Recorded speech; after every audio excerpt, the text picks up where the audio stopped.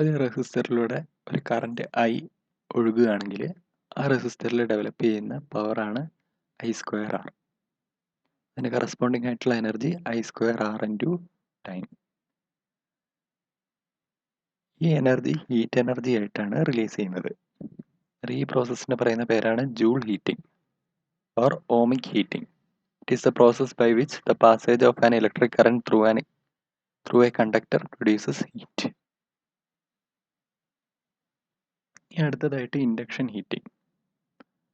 The working principle of the induction heating process is a combination of electromagnetic induction and Joule heating. Induction heating process is a non-contact process of heating an electrically conductive metal by generating eddy currents within the metal using electromagnetic induction principle.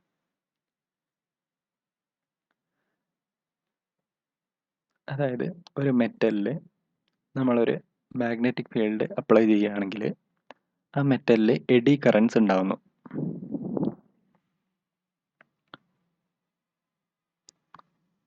അതായത് changing magnetic field ഒരു മെറ്റലിൽ AD currents produce ചെയ്യുന്നു. ഈ AD currents metal ബോഡിയിൽ ഉണ്ടാകുന്നത് joule ഹീറ്റിങ്ങിന് കാരണമാകുന്നു. അങ്ങനെ heat develop ചെയ്യുകയാണ് ചെയ്യുന്നത്. ചിത്രത്തിൽ കാണിച്ചിരിക്കുന്നത് ഇൻഡക്റ്റീവ് ഹീറ്റിംഗ് ഓഫ് എ മെറ്റലാണ്. How induction heating works. Changing the electric field in the conductor gives rise to an alternating magnetic field around it, whose strength depends on the magnitude of applied electric field. A solid-state RF frequency power supply is applied to an inductor coil, and the material to be heated is placed inside the coil.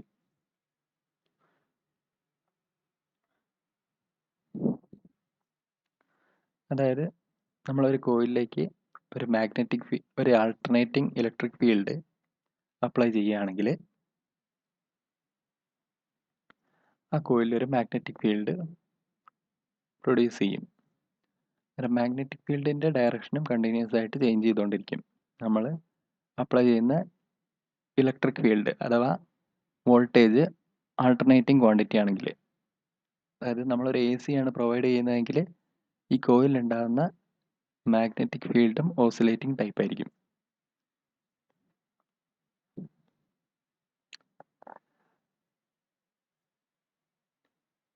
അതുകൊണ്ട് ഈ കോയിലിൻ്റെ ഉള്ളിൽ place ചെയ്തിരിക്കുന്ന മെറ്റലിൽ AD currents produce ചെയ്യും. AD currents ഈ metal ബോഡിയിൽ ഒഴുകുന്നത് മൂലം ആ മെറ്റലിൽ ഹീറ്റ് പ്രൊഡ്യൂസ് ചെയ്യും.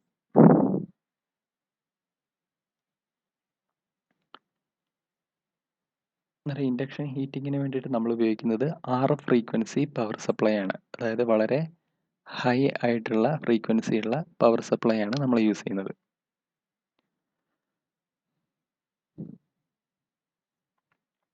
When the material placed inside the inductor comes in the range of alternating magnetic field, eddy current is generated within the material. The eddy current is dependent on the frequency of the power supply used.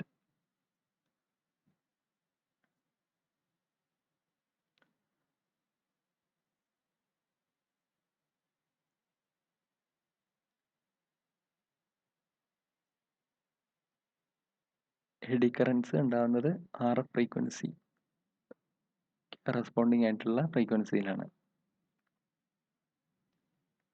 അതുകൊണ്ട് തന്നെ eddy currents കൂടുതലായിരിക്കും. Eddy currents കൂടുതലാണെങ്കിൽ Joule ഹീറ്റിങ്ങും കൂടുതലായിരിക്കും.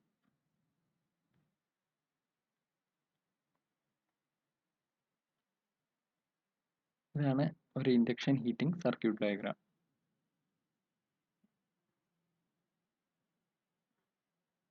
Applications of induction heating. Induction stoves used in kitchen works on the inductive heating principle.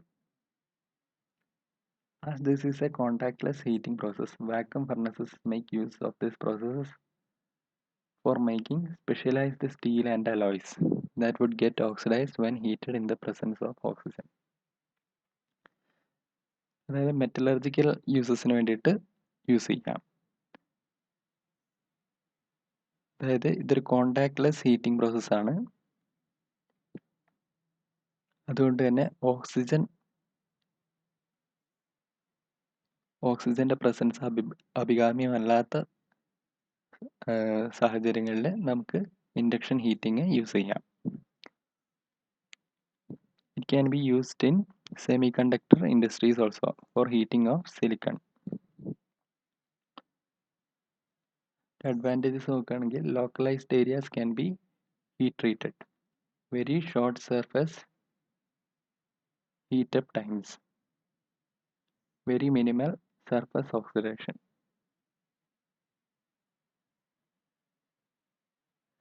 അതായത് ഒരു മെറ്റലിൻ്റെ ഒരു പ്രത്യേക ഭാഗം മാത്രം വേണമെങ്കിൽ നമുക്ക് ഹീറ്റ് ചെയ്തെടുക്കാം.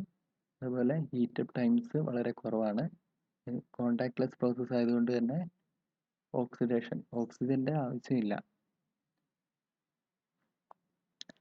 സാധാരണ നമ്മൾ കമ്പഷൻ ഹീറ്റിംഗ് ആണ് ഉപയോഗിക്കുന്നതെങ്കിൽ അവിടെ ഓക്സിജൻ്റെ ആവശ്യമുണ്ട്. അതുകൊണ്ട് തന്നെ അവിടെ ഒരു ഓക്സിഡേഷൻ പ്രോസസ്സ് കൂടി നടക്കാൻ സാധ്യതയുണ്ട്.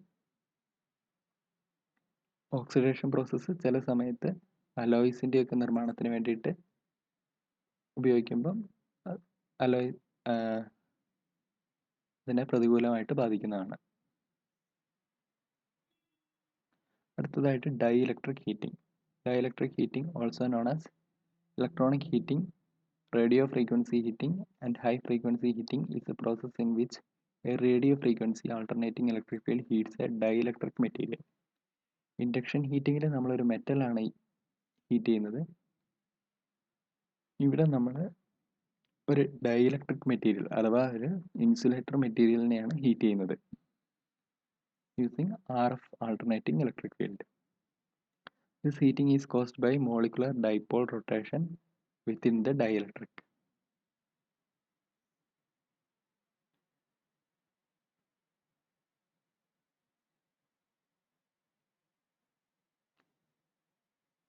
അതായത് ഇൻസുലേറ്റർ എന്ന് പറയുമെങ്കിൽ പോലും പല മോളിക്യൂൾസും പോളാർ ആണ്. അതായത് അതിനൊരു നെറ്റ് ഡൈപോൾ മൊമെൻ്റ് ഉണ്ട്. അതായത് നമ്മൾ ആൾട്ടർനേറ്റിംഗ് ഇലക്ട്രിക് ഫീൽഡ് അപ്ലൈ ചെയ്യുകയാണെങ്കിൽ ഈ ഇലക്ട്രിക് ഫീൽഡിൻ്റെ ഉള്ളിൽ വരുന്ന മോളിക്യൂൾസ് ഇലക്ട്രിക് ഫീൽഡിൻ്റെ ഡയറക്ഷനിൽ അലൈൻ ചെയ്യാൻ നോക്കും. അതായത് നമ്മളൊരു ആൾട്ടർനേറ്റിംഗ് ഇലക്ട്രിക് ഫീൽഡ് അഥവാ ഒരു AC ആണ് കൊടുക്കുന്നതെങ്കിൽ മോളിക്യൂൾസ് കണ്ടിന്യൂസ് ആയിട്ട് ഇതിൻ്റെ ഡയറക്ഷൻ ചേഞ്ച് ചെയ്തുകൊണ്ടിരിക്കും.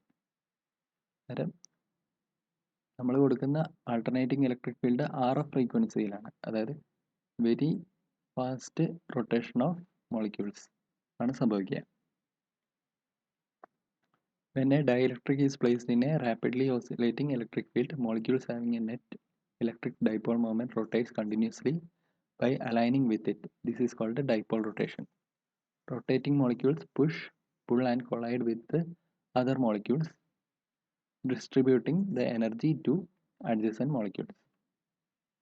ഇങ്ങനെ റൊട്ടേറ്റ് ചെയ്യുന്ന മോളിക്യൂൾസ് അടുത്തുള്ള മോളിക്യൂൾസ് ആയിട്ട് എല്ലാം കൊളൈഡ് ചെയ്യും. ഇത് ഹീറ്റ് എനർജിക്ക് പ്രൊഡ്യൂസ് ചെയ്യാൻ കാരണമാകുന്നു. ഇതാണ് ഡൈഇലക്ട്രിക് ഹീറ്റിംഗ്. ഡൈഇലക്ട്രിക് ഹീറ്റിങ്ങിൻ്റെ സർക്യൂട്ട് ഡയഗ്രാമാണ് ഇത് കാണിച്ചിരിക്കുന്നത്. Applications of dielectric heating. Preheating of plastic preforms. അതായത് പ്ലാസ്റ്റിക് നിർമ്മാണത്തിന് വേണ്ടിയിട്ട് ഉപയോഗിക്കുന്നു. Diathermy, heating tissues and bones for medical treatment. Sterilization of bandages and instruments. Textile industry for drying purposes. Food processing, pasteurizing, dehydrating, etc. ഇനി induction furnaces. Induction heating ആണ് പ്രയോജനപ്പെടുത്തുന്നത്.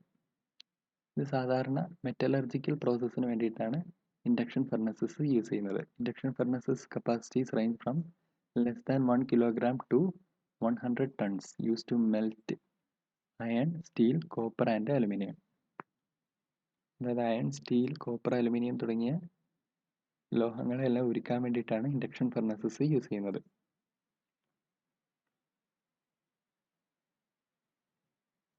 An induction furnace consists of a non-conductive crucible holding the charge of metal to be melted, surrounded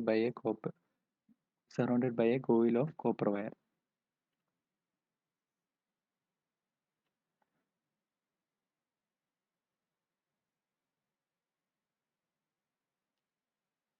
A powerful alternating current flows through the wire. The coil creates a rapidly reversing magnetic field that penetrates the metal.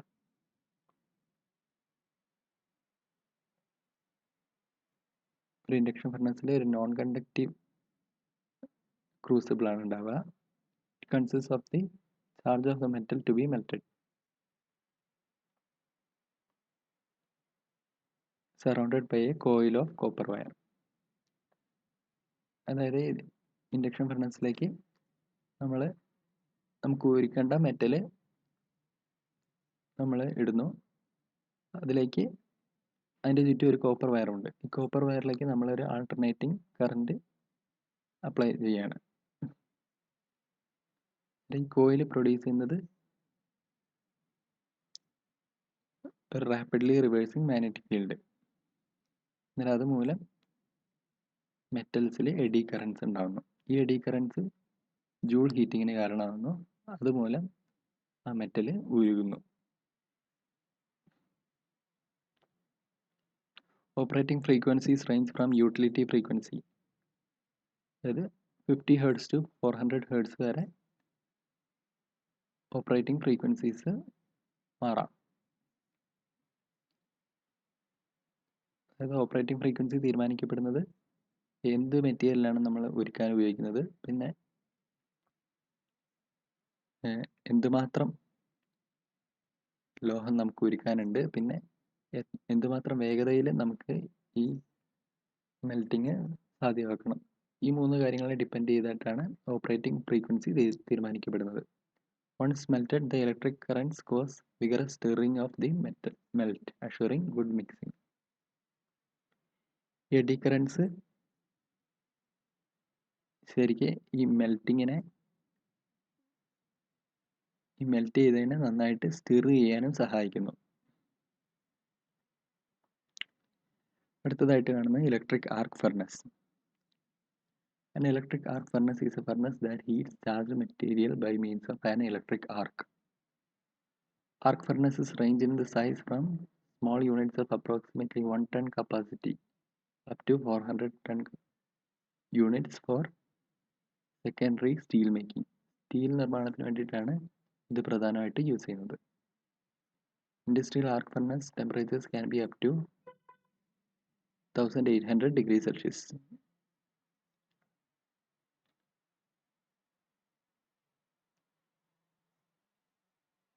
Induction ഫർണസിൽ eddy current വെച്ചിട്ടാണ് heating നടക്കുന്നത്. എന്നാൽ ഇവിടെ electric arc ഫർണസിൽ current ഉരുക്കേണ്ട മെറ്റലിലൂടെ കടത്തിവിടുക തന്നെയാണ് ചെയ്യുന്നത്.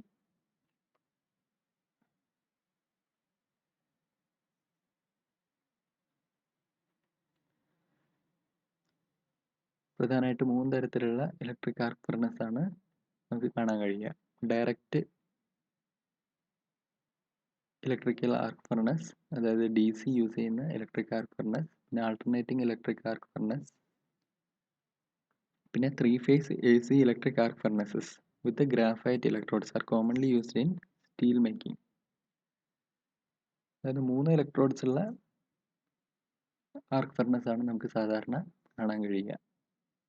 അതായത് 3 phase electric arc furnace ആണ് നമ്മൾ സാധാരണ കാണാൻ കഴിയുക. ഒരു ഇലക്ട്രിക് ആർക്ക് ഫർണസിൻ്റെ പ്രധാനപ്പെട്ട 3 ഭാഗങ്ങളാണ്